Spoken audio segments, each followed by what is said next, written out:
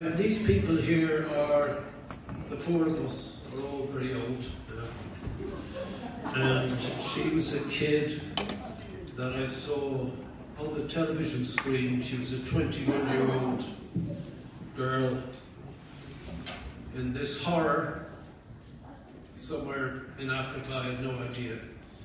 And this 21-year-old white girl, clean clothes, looked out on a field of starving children and their parents with the futility and the dignity and elegance of parents who could do no more for their children except hope that a 21-year-old English nurse can keep them alive. African children in a part of the world where, because of war and climate change, which we now understand, we're dying in a world of surplus food with nothing to eat. Meanwhile, 8 miles from Africa, 11 kilometers, in the richest continent in the world, we paid taxes to subsidize our food to farmers. We paid more taxes to store all the surplus food, and most disgracefully, we paid further taxes to destroy that food, while 8 miles away, in the poorest continent, 32 million people were starving to death. And here was a 21-year-old white English girl trying to choose which children will live and which will die. Now, we're all old. Do you ever want to make that choice? But ladies and gentlemen, this morning, as Yaka said, I get 10, 12 emails every morning, for 40 years, with the latest horror. I wake up to the latest human tragedy that happened last night or the day before, and we get asked for help. So every day we have Claire's Sophie's Choice, because we have limited money. But the problem is this, that young girl's choice is all our daily choice. And besides the normal terror that I read about every morning and we try and band-aid to stop, I also read that the strongest nation ever seen in the history of human history, the most powerful man on earth and the richest individual ever in history in this world, took the food from the hungriest children's mouths this morning. I also read that the gang-raped mothers of Sudan, who can make it over the border to where the Red Cross and Band-Aid and Menschen für Menschen and UNICEF are waiting, that the United States government, of the strongest nation on earth, with the most powerful man on earth, and the richest individual on earth, took the bandages from those gang-raped women. How fucking dare they!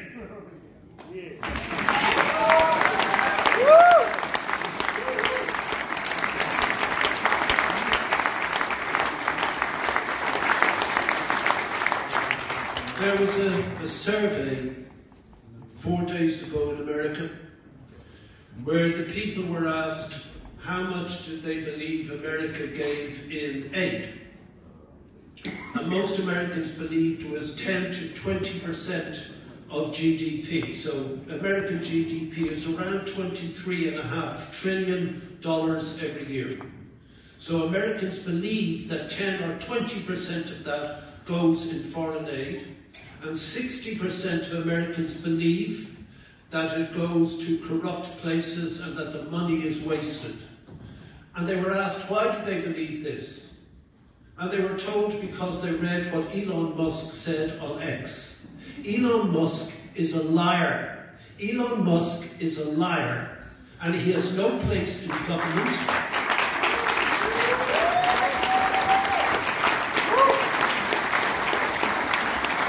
The amount of money that you have does not give you a legitimate place in government. Legitimacy in government only comes from the people. Only comes from the people.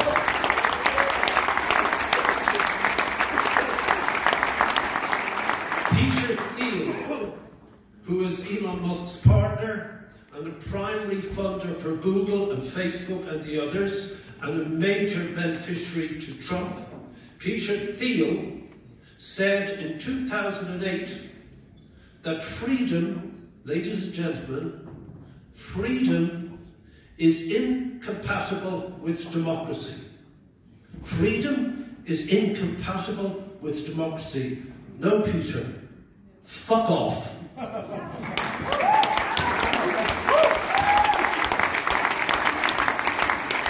It is only through democracy that the people can attempt to achieve freedom. And we know that because of Putin, who is scared of it. There is no strength in autocracy. Being an autocrat is an admission of your weakness. You will fail, and you will fail sooner than you imagine. So tonight, all of these films, all of them, the cumulative mass of them, is a resistance, a small peak of resistance. And all us old guys, we're done. We're done. This man here spent his entire life, often anonymously, trying to force governments and businesses to come to the law that business and government do not have to be corrupt, but they are. He worked in the World Bank.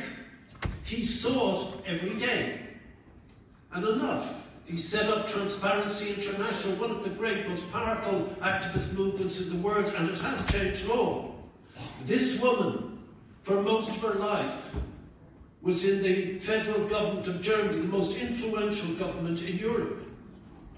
And all her life, she worked to ensure that government of the people and by the people and for the people extended that idea of democratic power to others who would achieve it one day through health and education. And this one here was 21 years old, but faced with the reality of that collective failure of ours.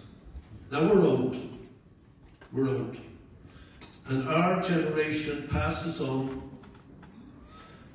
and some of the generations here are coming. They cannot afford to come into the world projected by the likes of Trump, Musk, Peter Thiel, Vance, Putin, and the others. That, ladies and gentlemen, that must not prevail. And we don't want a room here full of lefties. We don't want a room here full of centralists. We don't want a room here of the right. We want a room of thinking, sentient human beings.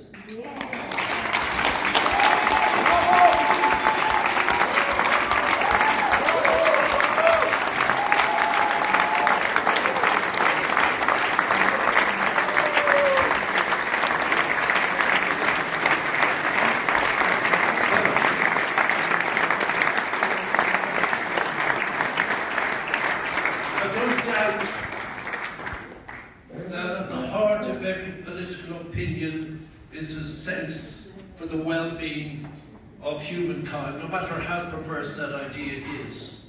But we have the intelligence, we have the education, we have the ability to filter that, to be able to sieve that. But unless, genuinely, unless we think of the other, we will fail.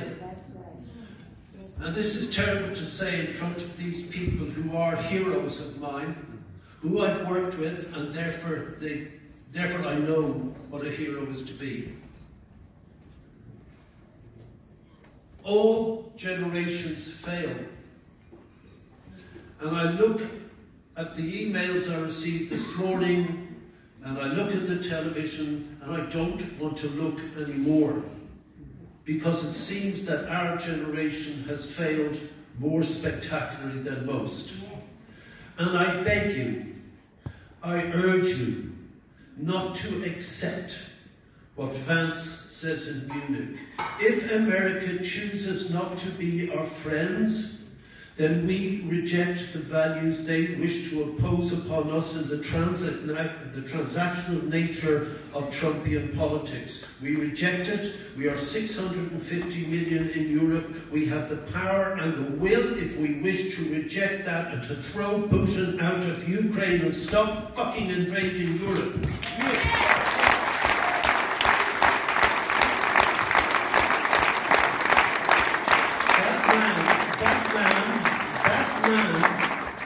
That man must not be allowed victory.